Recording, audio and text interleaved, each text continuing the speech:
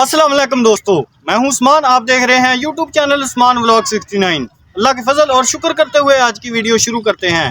दोस्तों, जैसा कि आप देख सकते हैं, आज हम हासलपुर के रेलवे स्टेशन पर मौजूद हैं। ये रेलवे स्टेशन जो है ये नवाबों के दौर का रेलवे स्टेशन है। आइए चलते हैं, इस रेलवे स्टेशन की सैर करते हैं और इसकी हिस्ट्री के बारे में जानने की कोशिश करते हैं। इब्तिदा है रब्बे जलील के बाबरकत नाम से, जो दिलों के भेद खूब जानता है। दोस्तों, अगर आप इस रेलवे स्टेशन की हिस्ट्री के बारे में कुछ नहीं जानते तो ये वीडियो आपके लिए बहुत ही ज़बरदस्त होने वाली है। दोस्तों, ये वो रेलवे स्टेशन है जिसे देखकर अंग्रेज़ों के बरे सगीर में गुजरे दौर की यादें ताज़ा हो जाती हैं। हासलपुर के रेलवे स्टेशन की मरकज़ी इमारत जो है ये अपनी तारीख खुद बयान कर रही है। ये वो दौर था कि जब 18वीं सदी में अंग्रेज़ हुकूमत ने बरे सगीर में रेलवे लाइन बिछाने का आगाज़ कर दिया था। अब वक्त आ गया था कि बहावलपुर के करीब कहीं जंक्शन बनाया जाए। उस वक्त बहावलपुर एक बहुत बड़ी रियासत हुआ करती थी और यहाँ नवाबों का राज चलता था।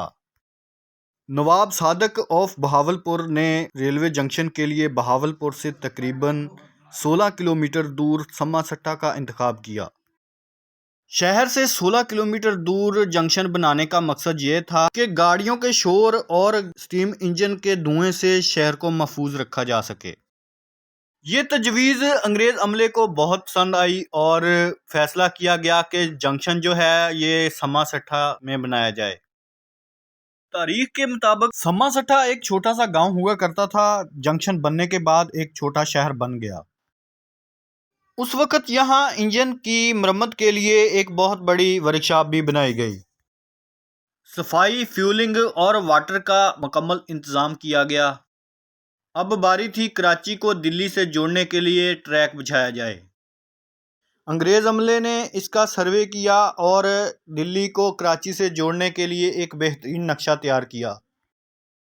ये जो नक्शा तैयार किया था इसमें हासलपुर, चिश्तियाँ, बहावलनगर और अमरू का रेलवे स्टेशन भी शामिल था। बिलाखिर काफ़ी साल गुजर जाने के बाद ये ट्रैक बिछा दिया गया। उसके बाद इस ट्रैक पे रेलवे स्टेशन बनाए जाने लगे, जिसमें हासलपुर का ये तारीखी रेलवे स्टेशन भी शामिल था। उस वक़्त सम्मा सट्टा में 5000 रेलवे मुलाजमीन के घर भी तमीर किए गए थे।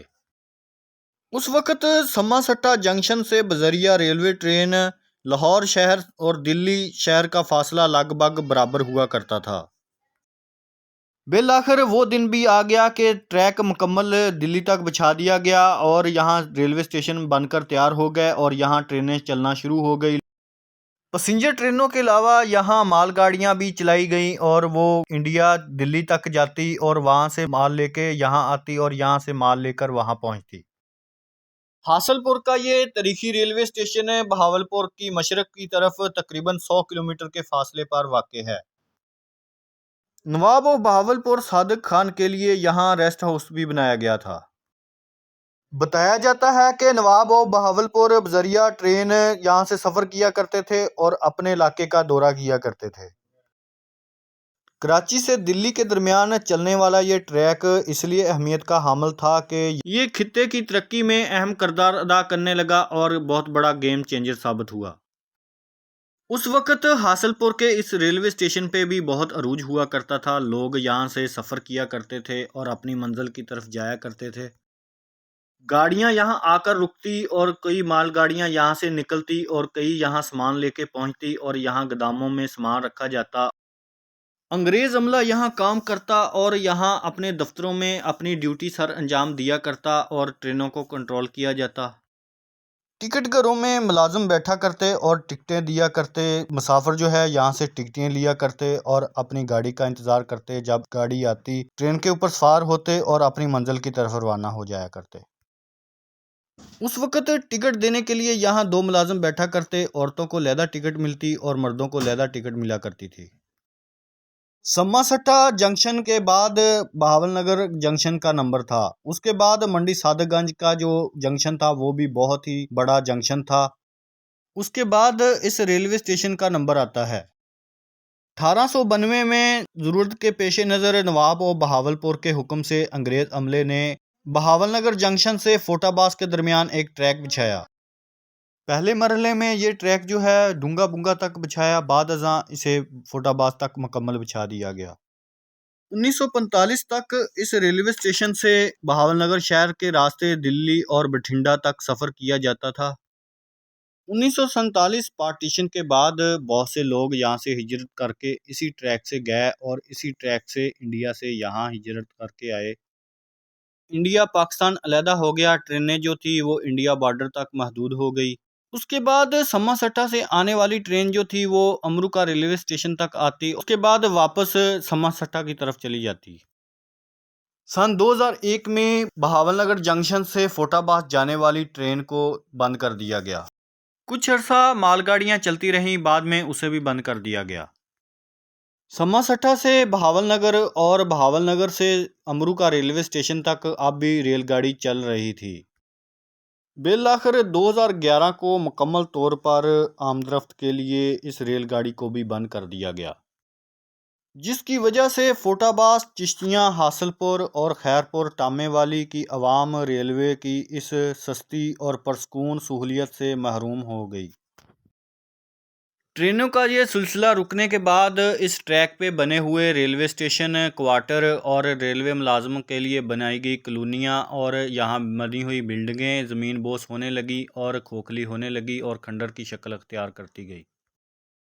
لیکن حاصل پور ریلوے اسٹیشن کی بات کریں تو یہ بلڈنگ جو ہے یہ اب بھی بہت بہتر حالت میں موجود ہے۔ اگر دوبارہ اس ٹریک کو بحال کیا جائے تو یہ بلڈنگ بہت اچھے طریقے سے کام دے سکتی ہے۔ اب یہ قدیمی اور تاریخی ریلوے اسٹیشن جو ہے یہ ویران ہو چکا ہے۔ حکومت نے یہاں دوبارہ ٹریک بچھانے کا فیصلہ کیا تھا اور اس کی بحالی کا کام بھی شروع ہو گیا تھا، لیکن کچھ ایشو کی وجہ سے وقتی کام جو ہے روک دیا گیا ہے۔ جب حکومت کی طرف سے فنڈ جاری کر دیے جائیں گے تو اس کا بحالی کا کام شروع ہو جائے گا اور یہ علاقہ جو ہے پھر سے ترقی کی راہ پر گامزن ہو جائے گا اور اس سہولت سے فائدہ اٹھا سکے گا۔ مستقبل میں بھارت آمد رفت اور تجارت کے لیے سما سٹا امرو کا راستہ بہت مفید ثابت ہوگا۔ ٹرین بند ہونے کی وجہ سے اور ریلوے نظام کی بدحالی کی وجہ سے یہ شہر بھی ویران ہوتا جا رہا ہے۔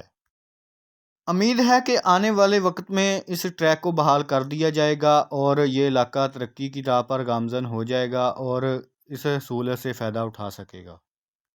دوستو، ویڈیو بنانے کے لیے ہم دور دراز کا سفر کرتے ہیں اور بہت سی محنت کی جاتی ہے، تو پیارے دوستو آپ لوگوں کا بھی فرض بنتا ہے کہ میری ویڈیو کو لائک کریں، سبسکرائب کریں، بیل آئیکن کو دبائیں تاکہ ہر آنے والی ویڈیو کا نوٹیفیکیشن آپ کو بر وقت مل سکے۔